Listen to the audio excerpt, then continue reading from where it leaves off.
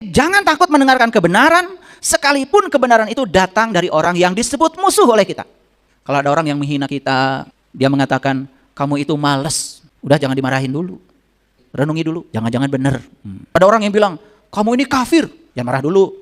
Renungi, kafir dari kata cover. Cover itu tertutup. Renungi dulu kata-kata itu. Oh, benar. Saya tertutup, kalau dinasihatin orang gak bisa terima.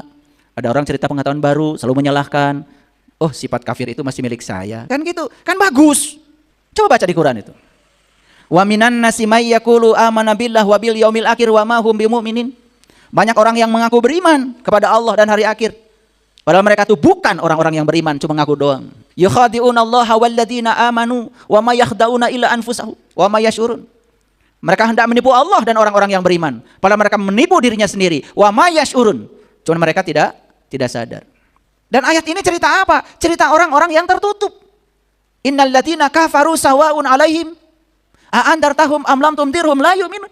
Orang-orang yang tertutup, dikasih ceramah, tidak dikasih ceramah, tidak akan pernah menerima. Tetap aja tertutup. Jadi oleh karena itu maka tidak semua hinaan ya harus ditolak ya, harus diabaikan.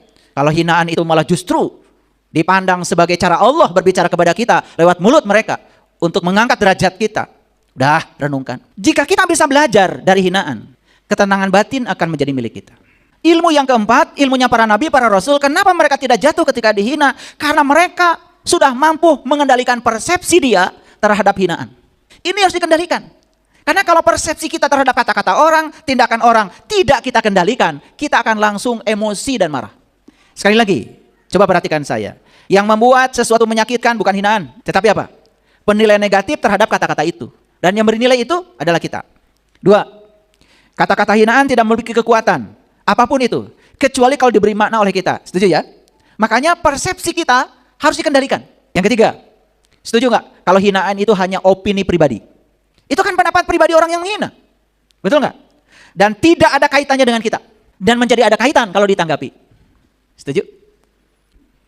Nah, ini belajar mengendalikan persepsi. Emosi negatif kita bukan akibat kata-kata hinaan. Emosi negatif kita semata-mata karena penilaian kita terhadap kata-kata itu. Makanya inilah pentingnya kita mempertahankan nilai diri. Kita pentingnya mempertahankan prinsip diri. Kita pentingnya mempertahankan karakter diri. Itu harus kita pegang. Dan kalau kita bisa bertahan di situ, kita tidak akan mudah terkena validasi orang lain. Validasi itu gini, kita sering berubah dengan apa kata orang tentang kita.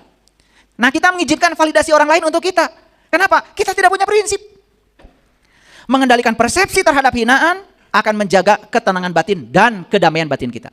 Kalau kita sudah bisa mengendalikan persepsi kita. Selanjutnya, yang kelima. Kenapa para nabi, para rasul tidak jatuh ketika dihina? Karena mereka mampu melepaskan dendam demi kedamaian batinnya. Nah, kenapa kalian tidak bisa menerima orang yang menghina kita? Kenapa? Di sini masih ada dendam. Dendam itu adalah keterikatan kita terhadap peristiwa masa lalu. Dan itu diulang terus-menerus di pikiran kita saat ini. Pernah nggak ada orang yang menghina kita? Oke, kejadiannya kapan? Kan namanya pernah itu berarti sudah lewat kan? Oke. Apa yang sudah lewat itu diikat oleh pikiran kita. Kata-katanya disimpan rapi. Kata-kata yang busuk itu disimpan rapi di ingatan kita, bahkan masuk dalam bawah sadar kita. Dan itu terus disetel oleh pikiran kita. Diulang. Itu yang kemudian menimbulkan dendam. Jadi siapa sesungguhnya pencipta dendam itu? Ya dirimu sendiri. Karena punya keterikatan pada masa lalu, dan apa yang diikat itu diulang-ulang, disetel tiap hari di pikiran kita. Dibicarakan, diberi energi. Itu yang membuat dendamnya tidak bisa hilang. Dendam tidak bisa mengubah masa lalu. Apakah yang sudah terjadi bisa diubah dengan dendam? Nggak bisa. Malah justru dendam itu menambah penderitaan di masa kini. Kenapa para nabi dan para rasul tidak jatuh ketika dihina, dihalangi, direndahkan? Kenapa? Karena mereka itu fokus pada hal penting dalam hidupnya. Dan kalau kita fokus pada hal penting dalam hidup, percaya sama saya, nggak akan terganggu yang begitu. Oke, mulai sekarang. Hidup jangan dikendalikan oleh hal-hal kecil, apalagi yang tidak penting. Tapi fokus pada yang penting dan berharga.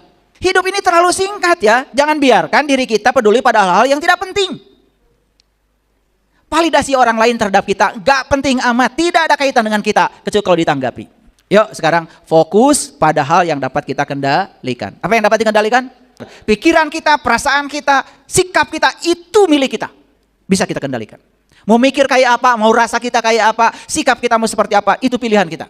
Mulai sekarang, lakukan rutinitas harian yang mendukung tujuan dan kebahagiaan hidup kita. Daripada mikirin hinaan orang, membahas kata-kata orang, fokus pada rutinitas harian kita yang jelas-jelas mendukung tujuan kita dan kebahagiaan kita. Habiskan energi kita hanya untuk fokus pada hal-hal yang berharga. Setuju? Oke. Yang terakhir, para nabi, para rasul sadar kalau kebahagiaan sejati bukan datang dari luar. Kebahagiaan sejati datang dari dalam. Jadi mau dihina atau disanjung, mereka sudah damai, selesai dengan dirinya sendiri. Oke? Jadi oleh karena itu, maka jangan biarkan kebahagiaan kita tercerabut oleh situasi eksternal. Lindungi diri kita dari segala gangguan eksternal. Dengan apa? Tetapkan batasan. Harus ada benteng yang membuat kita tidak jatuh. Kedamaian batin berasal dari fokus pada hal-hal yang benar-benar penting. Fokus saja pada hal-hal yang benar-benar penting dan lakukan itu, batin kita akan damai dengan sendiri. Jangan terjebak pada emosi negatif, tetapi tumbuh dalam kebijaksanaan dan pengendalian diri. Perhatikan ya, dunia ini tidak akan selalu menghadirkan segala hal yang sesuai dengan keinginan kita. Berarti kita harus siap, bukan? Harus siap.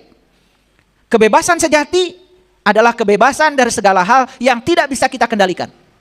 Yuk sekarang, bebaskan diri kita dari segala sesuatu yang jelas-jelas tidak bisa kita kendalikan. Jangan memegang itu semua, capek. Oke? Itulah kebebasan sejati, itu yang namanya kemerdekaan.